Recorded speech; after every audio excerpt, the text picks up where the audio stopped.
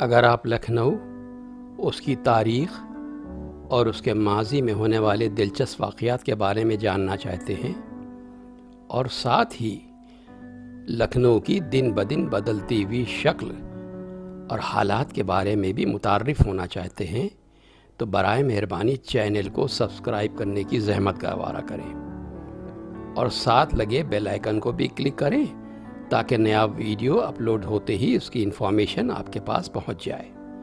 اللہ الرحمن الرحیم۔ لکھنؤ روایت کے کیا کہنے؟ شہر لکھنؤ کی آب و ہوا میں ایک بات گاہے بگاہے کانوں میں پڑتی ہی جاتی ہے کہ بھائی ہم تو بزرگوں کے نام پر رسوائی کا سبب ہیں۔ انہوں نے دولت بھلے نہ کمائی ہو لیکن عزت بہت کمائی۔ ویسے عزت کے ذکر پر لکھنؤ کا عالم یہ ہے کہ یہاں پر راجہ بھوج اور گنگو تیلی کو بنا کسی لحاظ کے ترازو کے ایک ہی پلے میں تول دیا جاتا ہے۔ آج کل کے بدلے ہوئے دور میں اس تصویر میں اتنا تو نہیں لیکن پھر بھی حیثیت کا کافی دخل ہو گیا ہے جو سخت قابل اعتراض ہے۔ ہمارے محلے کے منو بابو کی کسی دوسرے محلے میں پرچون کی ایک چھوٹی سی دکان تھی جس سے کسی طرح گزر بسر ہو جاتی تھی۔ انہیں اس بات کا ہمیشہ ملال رہتا تھا کہ انہی کے محلے میں ان کی عزت دو کوڑی کی تھی۔ چار لوگوں کے درمیان ان کے کچھ کہنے کی کوشش کرتے ہی انہیں یہ سننے کو مل جاتا تھا کہ اماں آدمی ہو یا پائجامہ۔ لکھنؤ میں آدمی کو پائجامہ بنانے کی روایت ویسے تو کافی پرانی ہے لیکن منو بابو پھر بھی یہ نہیں سمجھ پاتے تھے کہ دو مختلف چیزوں کو آخر ایک کیسے بنایا جا سکتا ہے۔ تنگ آ کر ایک دن انہوں نے اس مایوسی کے باہر نکلنے کی ٹھان لی۔ اس کے لیے انہوں نے ان دو دوستوں سے رائے لینا مناسب سمجھا جو انہیں پائجامے کی جگہ آدمی سمجھتے تھے۔ یہ تھی لکھنؤ روایت کا حصہ ہے کہ جب تین سر آپس میں جڑ کر کسی مسئلے پر تبصرہ کریں تو موافق نتیجہ حاصل ہو ہی جاتا ہے، لیکن یہاں ایسا کچھ نہیں ہوا۔ دقت یہ تھی کہ عزت کے لیے منو بابو کی حیثیت آخر کیسے بڑھائی جائے۔ ایک نے خیال ظاہر کیا کہ چونکہ مسئلے کا کوئی نیا علاج سوجھ نہیں رہا ہے اس لیے ایک پرانی آزمائی ہوئی ترکیب سے کام چلا لیا جائے۔ نسخے کا علم پہلے سے ہونے کی وجہ سے فوراً ایک بوری اخروٹ، بادام، پستے اور چلقوزے کے چھلکے مفت میں حاصل کر کے جمع کیے گئے۔ اس کے بعد کا کام منو کے حوالے تھا کہ وہ ہر روز ایک مٹھی چھلکے اپنی کھڑکی سے باہر گلی میں پھینک دیں۔ گلی سے گزرتے ہوئے شروعات میں تو کسی نے اس بات پر دھیان نہیں دیا لیکن جب یہ حرکت روز دہرائی جانے لگی تو اس کی لوگوں کی توجہ جانا اور کان کھڑے ہونا لازمی تھا۔ لکھنؤ کے محلوں میں ایک سنسنی خیز خبریں پھیلنے میں دیر نہیں لگتی ہے۔ آدمی لوگ بھلے ہی ایک بار کنی کاٹ جائیں لیکن عورتیں جب کانافوسی شروع کرتی ہیں تو واہ کیا کہنے۔ منوائن کا رنگ روپ ویسے تو جس کا تس تھا لیکن محلے کی عورتوں کا نظریہ بدلنے کی وجہ سے انہیں بدلی نظروں سے دیکھا جانے لگا اور انہیں منوائن کا رنگ پہلے سے زیادہ نکھرا نظر آنے لگا۔ نتیجتاً ہر گھر میں ایک ٹنٹا کھڑا ہونا ہی تھا۔ گھر گھر میں آپس میں اس قسم کی باتیں ہونے لگی کہ ہمارے یہ تو کبھی کبھار کاغذ کی ایک تھیلی میں ذرا سی مونگ پھلی لے آتے ہیں، اس کے بعد ایک آسی بھر کر کہ ہمارے قسمت میں منوائن جیسی کہاں۔ بکھیڑا بڑھتا ہی چلا گیا۔ عاجز آ کر محلے والوں نے منو بابو کو گھیر کر اپنی فریاد پیش کی۔ ترکیب کامیاب ہونے سے منو بابو کو مانو منہ مانگی مراد مل گئی۔ انہوں نے تنک بھی دیر نہ کرتے ہوئے عزت والی شرط رکھ دی اور کوئی چارہ نہ ہونے کی صورت میں محلے والوں کو ان کی شرط قبول کرنی پڑی۔ شرط ہی صحیح لیکن کم سے کم زندگی سکون سے تو بیتے۔ شرط کے مطابق سب نے منو بابو کو عزت بخشنی شروع کر دی۔ اس چکر میں انہیں کچھ زیادہ ہی عزت ملنے لگی جس کے وہ قطعی عادی نہیں تھے۔ کچھ ہی عرصے میں منو بابو کو یہ احساس ہونے لگا کہ اس عزت میں وہ کشش اور محبت نہیں جو پہلے والی بے عزتی میں تھی۔ منوائن الگ سے شکایت کرنے لگیں کہ اس عزت کی وجہ سے محلے کی عورتیں اب انہیں اپنے پرپنچ میں شامل نہیں کرتی جس سے زندگی کا مزہ ہی جاتا رہا۔ منو بابو اس عزت کے بوجھ تلے پہلے ہی سے اکتائے بیٹھے تھے لہٰذا انہوں نے عزت کو بھاڑ میں جھونکتے ہوئے راز فاش کرنے کا فیصلہ کیا۔ محلے والے ایک بار کی تو ان کی اس کارگزاری پر ہکے بکے رہ گئے، لیکن اس کے بعد منو بابو کو اپنا ہونے کی وجہ سے لکھنؤ روایت کے مطابق پہلے کی طرح آدمی سے پائجامہ بنا لیا گیا۔ اس کے ساتھ منو بابو یہ بات بخوبی سمجھ گئے کہ لکھنؤ میں بے شک لاکھ تبدیلیاں آ جائیں، لیکن پرانی روایتوں سے پیچھا چھڑانا ناممکن ہے۔ اور کبھی کبھی لکھنؤ والوں کو انگریزیت کا لبادہ اوڑھنا نہایت تکلیف دہ پڑ جاتا ہے۔ ضروری نہیں کہ لکھنؤ کی روایتوں میں اودھ کی موجودگی ہی درج ہو، اس میں انگریزیت کا بھی اچھا خاصا دخل ہے۔ اسی کے تحت ہمارے 4 سال کے صاحبزادے کا نرسری میں داخلہ لکھنؤ کے لا مانچینر کالج میں ہو گیا۔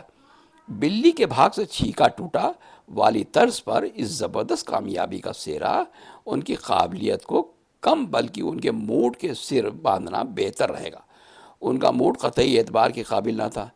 کہیے تو فقط ایک ڈنڈی والی آئس کریم کینڈی کے لیے آفت مچا دیں اور نہ چاہیں تو مہنگی سے مہنگی چیز کی اور نظر اٹھا کر بھی نہ دیکھیں۔ بہرحال کامیابی تو آخرکار کامیابی ہوتی ہے۔ اس کا فوری اثر یہ ہوا کہ محلے میں پہلے جو ہماری 2 کوڑی کی عزت تھی، اس کے بارے میں لوگوں کا نظریہ راتوں رات بدل گیا۔ جو لوگ پہلے ہماری شکل تک سے پرہیز کرتے تھے، وہ بھی گلے لگا کر مبارکباد دینے لگے۔ انگریزیت سر چڑھ کر بول رہی تھی۔ آگے کیا ہونے والا ہے اس کا کچھ اندازہ لگنے لگا تھا۔ کچھ عرصہ پہلے محلے کی گلی کی دیوار پر 10 دنوں کے اندر انگریزی اسپیکنا سیکھے والے اشتہار چسپاں کیے گئے تھے۔ ادھر صاحبزادے کی نرسری میں داخلہ ہوا، ادھر ہم نے ہاتھ کے ہاتھ انگریزی اسپیکنے والے کورس میں داخلہ لے لیا۔ نتیجہ بھی کارآمد اور بہتر ہی ثابت ہوا۔ 9 دن چلے 2.5 کوس کی جگہ 10 دنوں میں فراٹے دار انگریزی بولنے لگ گئے۔ خیر، صاحبزادے نے خاکی قمیض میں الاسٹک والی ٹائی لٹکا کر اور خاکی ہی نکر میں اسکول جانا شروع کیا۔ آگے ان کی کلاس کے بچوں کی ایک کے بعد ایک سالگرہ آنی شروع ہوئی۔ عموماً بچے کلاس میں چاکلیٹ، پینسل، ربر وغیرہ بانٹ کر اپنے کو happy birthday to you کہلوا لیتے تھے، لیکن کچھ بچے باقاعدہ گھر آنے کا انویٹیشن دیتے تھے۔ اب جان نہ پہچان کس کے یہاں منہ اٹھائے چلے جائیں، لہٰذا کافی دن ٹالتے رہے۔ لیکن یہاں بچہ ٹھہرا بچہ، اسے دنیا داری کی کیا سمجھ؟ آخرکار بچے کا دل رکھنے کے لیے ایک جگہ جانا قبول کر لیا۔ طے شدہ دن صاحبزادے کو اپنی کھڑکھڑیا وجے سپر اسکوٹر پر آگے کھڑا کر کے طے وقت پر دیے ہوئے پتے پر پہنچ ہی گئے۔ ارادہ تھا کہ صاحبزادے کو چھوڑ کر واپس آ جائیں گے اور کچھ وقت واپس سے آ کر لے جائیں گے، لیکن یہاں لکھنؤ روایتیں حاوی ہو گئیں۔ میزبان نے کچھ اس قدر گرمجوشی کے ساتھ انگریزی میں خیر مقدم کیا کہ انکار کی گنجائش ہی نہیں رہی، اور بجائے واپس آنے کے پارٹی میں شرکت کرنی پڑی۔ سب بچے فوراً ہی کھیلنے میں مشغول ہو گئے اور ہم اندر بیٹھک میں پہنچا دیے گئے، جہاں ہمارے جیسے چند اور لوگ، میں اپنی بیویوں کے موجود تھے۔ چونکہ مہمان اور میزبان سب کے بچے لاما میں نرسری میں پڑھتے تھے، لہٰذا گفتگو کا انگریزی میں ہونا لازمی تھا۔ کورس کی وجہ سے یوں تو ہماری انگریزی فراٹے دار ہو گئی تھی اور کوئی دقت پیش آنے والی نہیں تھی، لیکن پھر بھی ہم نے خاموش بیٹھ کر پہلے ماحول کو بھانپنا بہتر سمجھا۔ آپسی بات چیت میں ماحول میں ایک بھاری پن سا تھا۔ بھائی صاحب لوگ تو پھر بھی جیسے تیسے کام چلا رہے تھے، لیکن بھابیاں بہت تکلیف میں تھیں۔ زبان لڑکھڑا رہی تھی اور انگریزی بولنے کی وجہ سے چہرے لال بھبوکا ہو رہے تھے۔ تھوڑی دیر بعد ناشتے کی پلیٹیں لگائی جانے لگی، یعنی نکڑ کے حلوائی سے منگوائے گئے گلاب جامن، خستے اور ساتھ میں سوکھے مسالے دار آلو۔